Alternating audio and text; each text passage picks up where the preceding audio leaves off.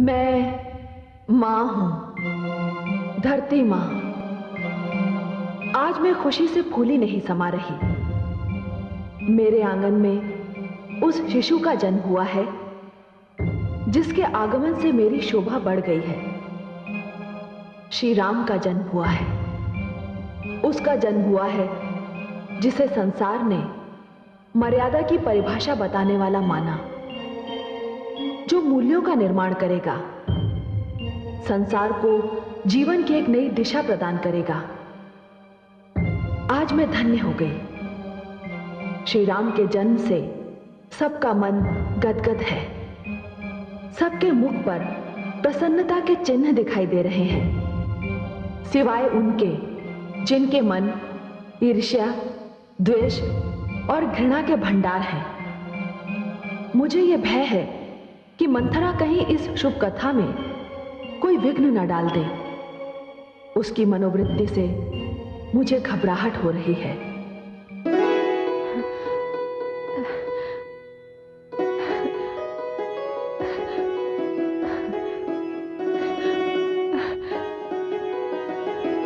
बधाई हो दीदी।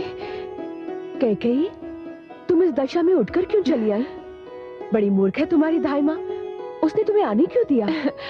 वह मुझे रोक रही थी, पर मैं कहाँ रुकने वाली। मुझसे रहा नहीं गया। मैं तो राम को देखने को व्याकुल थी। लो, संभाल के। अरे अरे अरे, मेरा राम। इसे तो जो भी देखता है यही कहता है कि ये मेरा राम है। अब तो मुझे भी विश्वास हो गया है कि ये मेरा ही नहीं, सबका राम है।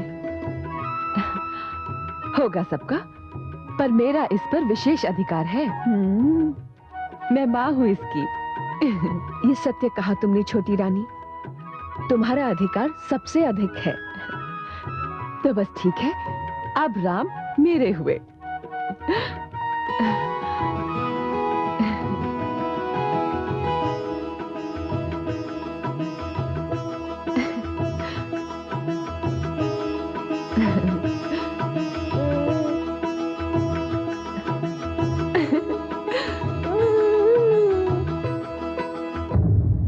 मैं माँ हूं, धरती माँ। महारानी कौशल्या ने कितनी सच्ची बात कही। राम जिसके हो गए, जग उसी का हो गया। जिसने राम को पा लिया, उसने सब कुछ पा लिया। और आज तो मुझे एक विचित्र सा अनुभव हो रहा है। अभी तो राम छोटे से शिशु हैं और दुनिया उन्हें देखने को दीवानी हुई जा रही है। जब वो बड़े हो जाएंगे तब क्या होगा? असंख्य लोग उनके दर्शन के प्यासे रहेंगे। असंख्य लोगों के दिल उनके प्यार में डूबे होंगे। मुझे लग रहा है कि अब जो कुछ भी होगा वो कैसा होगा, जो पहले कभी नहीं हुआ। और जब हो जाएगा तो ऐसा होगा कि संसार उसे कभी भुला नहीं पाएगा। शिशु तो संसार में हर दिन जन्म लेते हैं, पर आज एक ऐसे शिशु ने जन्म लिया है जिसके दर्शन को मानव तो मानव, ब्रह्मलोक से ब्रह्मा और सरस्वती, कैलाश से भोले शंकर और पार्वती, और इंद्रलोक से इंद्र और समस्त देवी देवता चल पड़े हैं।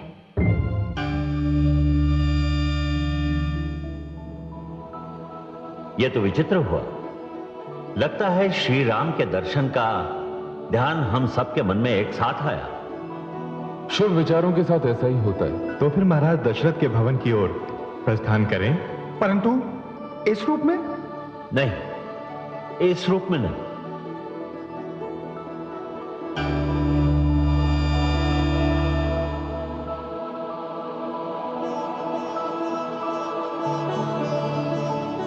तो प्रस्थान करें। शुभस्य शीघ्रम।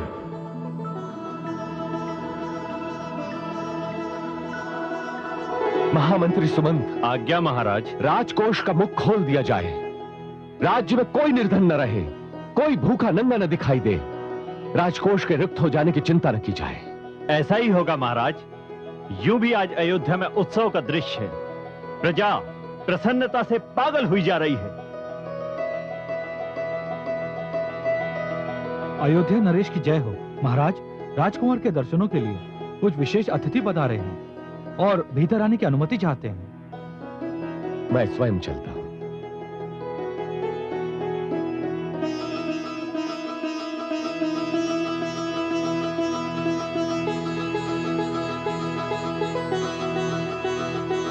प्रणाम हे ऋषिजनों। कल्याणमस्तु।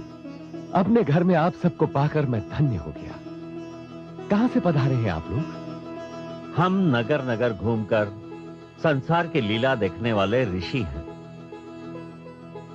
हम पता ठिकाना क्या बताएं? यहां से जा रहे थे, आपकी नगरी में घूम रहे थे तो पता चला कि आपके घर में सुकुमार ने जन्म लिया है। बस उसके दर्शनों के लिए चले आए। आप सबके दर्शन पाकर मैं धन्य हो गया। आप सब ऋषियों से अधिक देवी देवता प्रतीत हो रहे हैं। आपका आशीर्वाद मेरे पुत्र को मिल जाएगा तो वो भी धन्य हो जाएगा। पहले तो हमें उसके दर्शन पाकर धन्य हो जाने दीजिए। आइए भीतर चलें। चलिए महाराज। ये कैसे संभव है?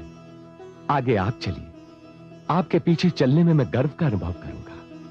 आइए।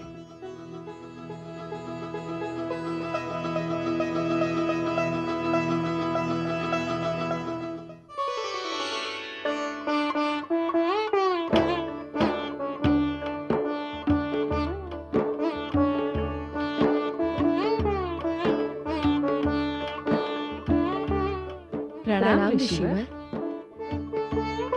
नहीं नहीं देवी, उठने का प्रयास न कीजिए। आपको विश्राम की आवश्यकता है, आप विश्राम कीजिए।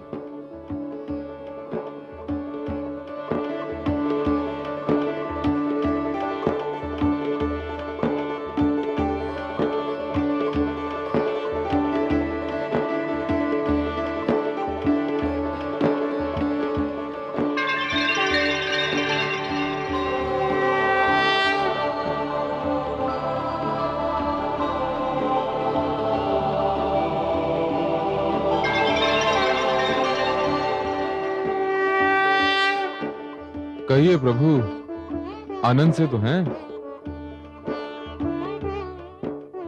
आप पालने में यूं आनंद से विश्राम कर रहे हैं जैसे ये पालना न हो शेषशय्या हो और आप नन्हे से बालक न हो श्री हरि हो। सारी अयोध्या में धूम मची है कि महाराज दशरथ के घर श्री राम ने जन्म लिया है। हम तो ये नाम सुनकर ही धन्य हो गए। हमारी प्रार्थना है, आप इस जग में आए हैं तो ऐसे ऐसे कार्य कीजिए कि ये जग धन्य हो जाए। हमारा आशीर्वाद है आपको। आप कवियों की प्रेरणा का साधन बने, वीरों को वीरता का उदाहरण प्रदान करें, संसार को मर्यादा का नवीन आदर्श दें, पुरुषोत्तम बने। जो आपका नाम लेगा उसका बेड़ा पार हो जाएगा। हमारा आशीष है कि आपका नाम आपसे भी अधिक शक्तिशाली हो। हमें भी अपने दर्शनों से कृतार्थ करते रहिएगा, हमसे नाता न तोड़िएगा। अब हमें जाने की अनुमति दीजिए। हमें जाने की अनुमति दें। मैं आप सबका आभारी हूं। आपने यहां आकर मुझ पर बड़ा उपकार किया है। मेरे पुत्र को ऐसे ऐसे आशीर्वाद दिए कि वो भी धन्य हो गया। आप प्रसन्न रहें, यही हमारी कामना है।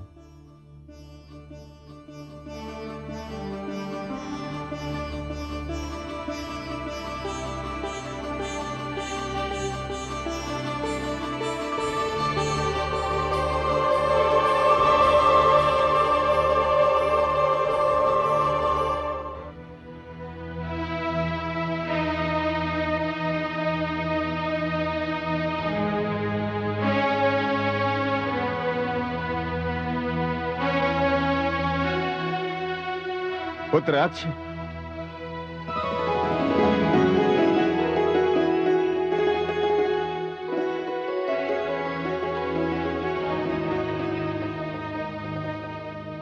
प्रणाम दादाश्री। आयुष्मान भव। पुत्राक्ष, आज तुम्हारे भ्राता वीरवर मेघनाथ की वीरता की अंतिम परीक्षा है। जाओ, उनकी आंखों पर पट्टी बांध दो। जो आज्ञा दादाश्री।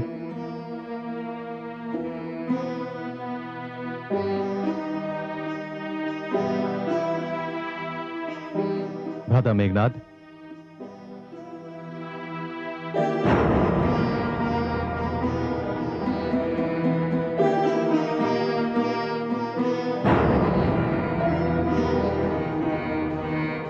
पुत्र मेघनाथ, उठाओ अपना धनुष।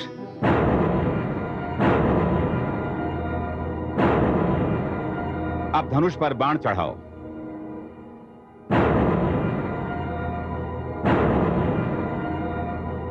मेरे हाथ में ये मणि है, मैं इसे अपने सिर पर रख रहा हूं। तुम इसे अपने बाण का लक्ष्य बनाओ। ये मत सोचना कि यदि लक्ष्य चूक गया तो तुम्हारे दादा श्री सोमाली के प्राण संकट में आ जाएंगे। परीक्षा लेते समय यदि ऐसी दुर्घटना हो भी गई तो चिंता की कोई बात नहीं। बात मुख्य यह है कि बाण चलाते समय तुम्हारा हाथ तनिक भी न कांपे। अब पुत्र, मेरा आदेश है कि लक्ष्य पर बाण चलाओ।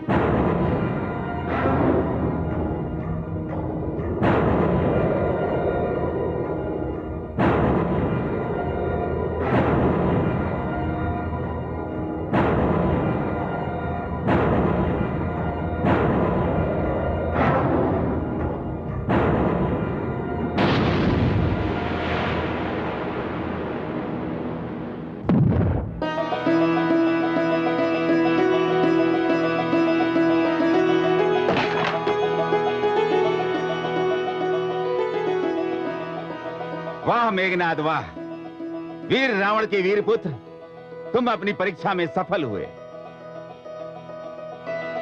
किंतु अब संभलो। माताश्री,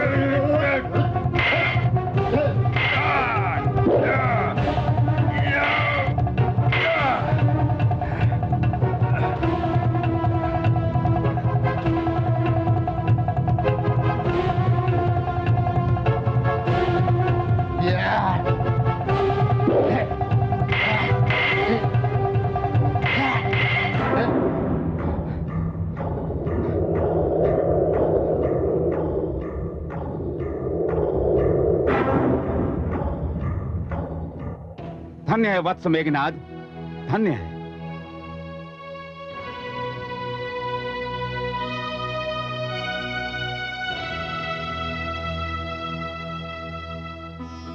आयुष्मान भव।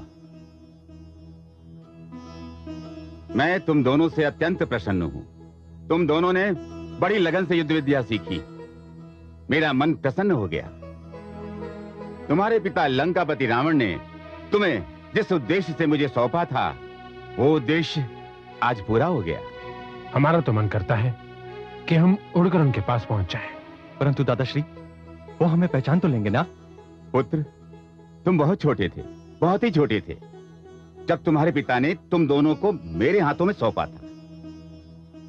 हो सकता है कि वे तुम्हें अचानक देखने पर भी पहचान न पाए, पर जब पहचान लेंगे और जान लेंगे कि तुम क्या बन गए हो तो उनके हर्ष का कोई ठिकाना नहीं रहेगा।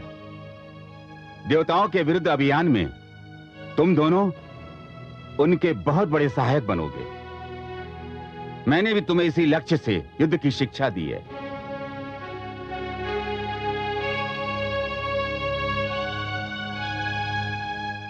गुरुदेव, हम आपको गुरु दक्षिणा भेंट करना चाहते हैं। आप न केवल हमारे दादाश्री वरन हमारे गुरु भी हैं। आप जो चाहें हम देने को तैयार हैं। मेरे जीवन की सबसे बड़ी इच्छा देवलोक विजय है। तुम दोनों मुझे देवलोक जीत कर दे दो, मुझे मेरी गुरु दक्षिणा मिल जाएगी। हम आपको वचन देते हैं गुरुदेव कि आपको इंद्रासन पर विराजमान करके ही हम दोनों दम लेंगे। क्यों अनुज? निसंदेह भ्राताश्री, अब तो देवलोक विजय ही हमारे जीवन का सबसे बड़ा उद्देश्य होगा, सबसे बड़ा। दादाश्री, आप हमें लंका कब ले चलेंगे? आज ही, अभी, इसी समय। तुम दोनों को तुम्हारे पिता के समक्ष अचानक ले जाकर उन्हें भौचक्का कर दूंगा। चलो मेरे साथ, आओ।